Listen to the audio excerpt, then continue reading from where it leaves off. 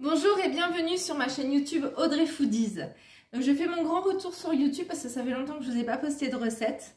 Donc là avec une recette qui me tient vraiment à cœur parce que vraiment je trouve ça très bon. J'adore cette recette. Donc c'est une recette de pain noir à ma façon puisqu'il est sans gluten.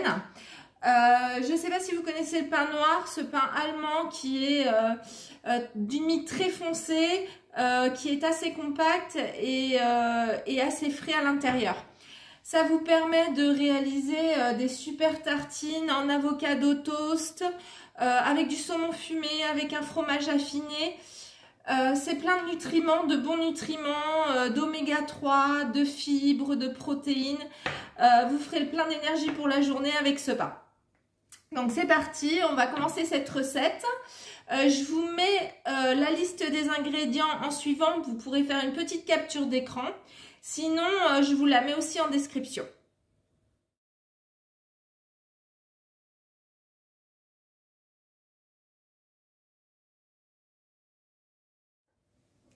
Donc voilà, c'est parti. On va commencer cette recette qui est hyper simple, qui demande un peu de temps pour surtout la fermentation et la cuisson. Mais sinon, au niveau fabrication, c'est très simple. Donc on va commencer par se munir d'un broyeur, mixeur, ce que vous voulez, dans lequel on va ajouter les graines de lin. Alors lin brun, lin jaune, les graines de lin. On va y mettre les graines de sarrasin. Alors ça, dans mes recettes, c'est souvent qu'on me pose la question, qu'est-ce que c'est? Alors moi, je les achète en supermarché. Je les trouve au rayon bio. Ça se présente comme ça. Ça se sert, ça se cuit comme du riz. Ça se mange comme du riz. Ça a beaucoup de goût. Ça sert aussi à faire des desserts façon riz au lait. D'ailleurs, j'ai une recette sur Instagram de sarrasin au lait. Voilà, donc c'est très bon. Torréfié, c'est vraiment une tuerie aussi, hein. Un petit peu grillé. Donc alors, on verse dans notre mixeur, on verse aussi les graines de sarrasin et la moitié des flocons d'avoine à peu près, hein. C'est pas, ça n'a pas besoin d'être très juste, environ la moitié des flocons d'avoine. Et on va mixer tout ça.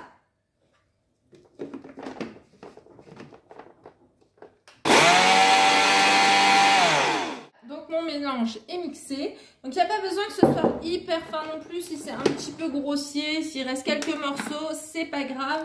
Vous voyez, moi il reste un petit peu de flocons d'avoine, voilà, c'est un petit peu gros. Il reste quelques morceaux, c'est un petit peu grossier, mais c'est pas grave. Donc on verse ce mélange dans un saladier, voilà.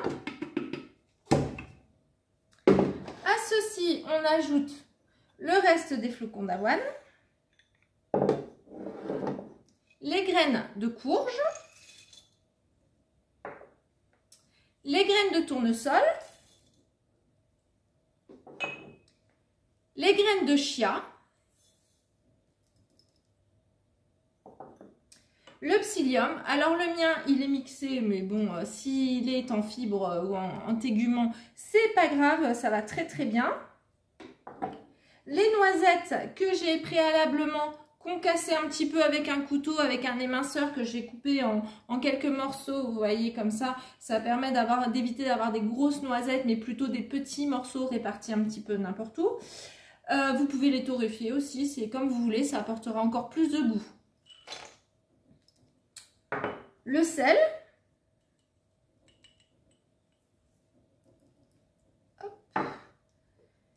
L'huile d'olive, vous pouvez mettre de l'huile de coco aussi si vous le souhaitez. Et on va mettre un petit peu de sirop d'érable, donc une cuillère à soupe de sirop d'érable. Voilà. Donc je prépare mon saladier avec tous mes ingrédients, mon eau à côté. Comme je vais y mettre les mains, ce qu'on va faire, c'est qu'on va déjà préparer notre moule. Ce qui serait déjà pas mal, puisqu'on va le mettre directement dans le moule ensuite. Donc alors, on va cuire ce pain dans un bocal. Ça va vous faire de belles tranches rondes. Et donc, vu qu'on le cuit aussi dans une cocotte au bain-marie pour une partie de la cuisson, ça nous permettra de pouvoir le fermer, hop, presque hermétiquement, mais voilà, même s'il n'y a pas le joint, c'est pas grave. Mais au moins, voilà, de pouvoir le fermer pour éviter qu'il y ait de l'eau qui rentre à l'intérieur.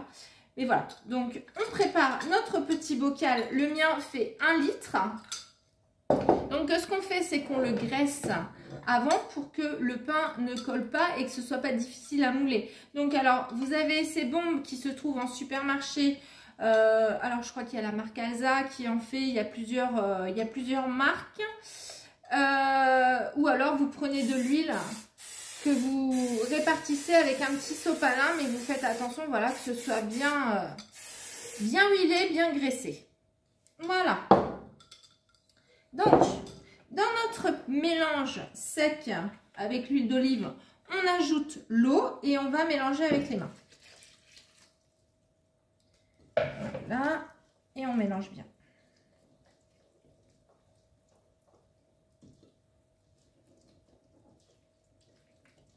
Il faut un mélange bien mélangé, bien homogène. Hein. Alors, il va y avoir le psyllium qui va jouer son rôle, qui va bien absorber. Les graines de lin, les flocons, ils vont se gorger tous du liquide. Donc, vous voyez, ça va très vite. Ça sèche très vite. Hop. Donc, on mélange bien. On n'hésite pas à goûter un petit peu si on n'est pas trop sûr de son assaisonnement. On n'hésite pas à goûter un petit peu la pâte et à rajouter un petit peu de sel si besoin. Voilà, l'essentiel est vraiment de bien mélanger au doigt.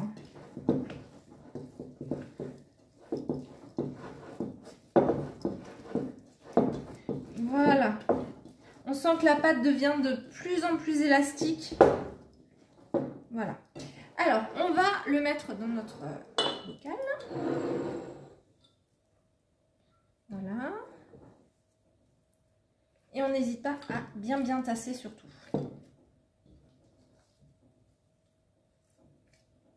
À chaque fois. Hop.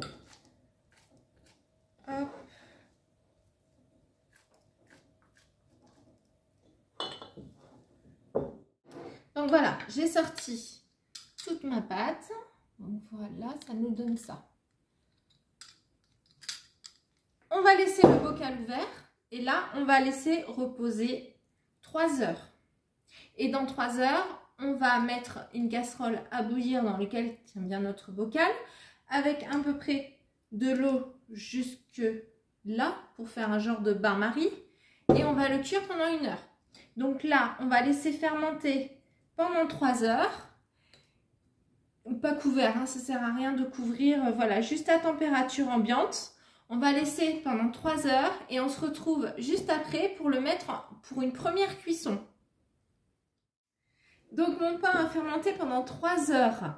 Donc cette fermentation, c'est pour lui apporter du goût. C'est pas pour qu'il se développe, puisqu'il n'y a pas de levure dedans, ça va pas développer. Ça va développer un petit peu à la cuisson, surtout au four.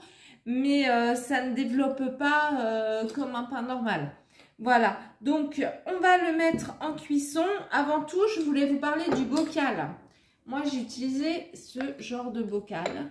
Vous pouvez aussi utiliser ce genre de bocal. Voilà, avec un couvercle qui se visse. Voilà, le tout est qu'il soit bien droit, cylindrique, pour pouvoir sortir facilement votre pain, sinon vous allez vous galérer si ça revient un petit peu sur le... Si c'est un petit peu incurvé, que ça revient un peu sur le bord, vous n'arriverez pas à sortir votre pain.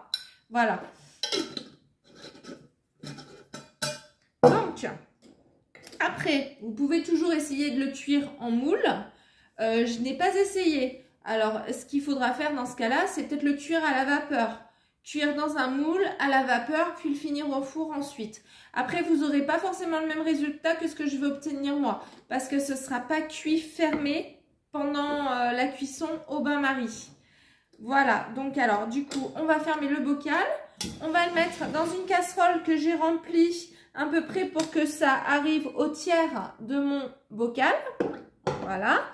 On va le mettre à chauffer Alors, faut pas fermer forcément le couvercle. Moi, je l'ai mis dans une cocotte minute hein, parce que j'ai rien d'autre qui puisse prendre la hauteur de mon bocal en hauteur, donc c'est ce qui passait. Mais je le mets pas en cocotte minute. Hein. C'est juste, je ferme juste un petit peu le couvercle, mais je le ferme pas complètement. Donc là, on va mettre à chauffer. Dès qu'il y a les premières ébullitions, on met au feu minimum. Le plus petit feu que vous ayez, on met au feu minimum. Et là, on va laisser cuire pendant 1 heure. Au bout d'1 heure, on va se retrouver et il faudra que vous ayez préchauffé votre four à 200 degrés pour transférer le pain du bain-marie au four.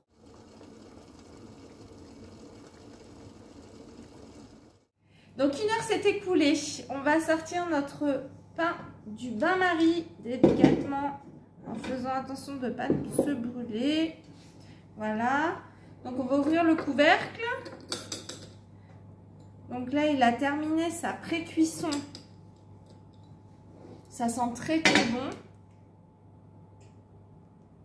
Ça sent très très bon. Là, on va poursuivre la cuisson pendant 1 heure à 200 degrés dans le four. Donc, hop, je le mets au four. Donc, on va le laisser gentiment terminer sa cuisson et on se retrouve dans 1 heure. Donc voilà, 1 heure se sont écoulées, 1 heure au four. Il a bien gonflé. Regardez comme il est beau. Ça sent très très très très bon. On va le laisser refroidir dans le bocal. On va le démouler. On regardera la découpe ensemble ce que ça donne.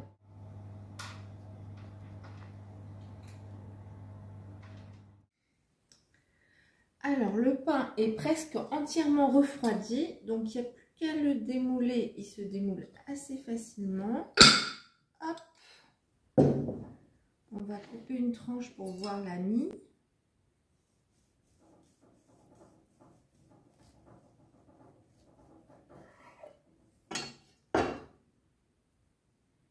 Ça sent très très bon. Regardez-moi cette mie qui est pleine de graines, super moelleuse. Ça sent très très bon. Vous allez pouvoir faire des tartines de folie avec ce pain. Juste une tuerie. Donc si cette recette vous a plu, n'hésitez pas. Abonnez-vous à ma chaîne. Je suis aussi sur Instagram sur le compte Audrey Foodies. Ou alors vous pouvez aussi me suivre sur ma page Facebook, les petites recettes d'Audrey. Merci beaucoup et à bientôt.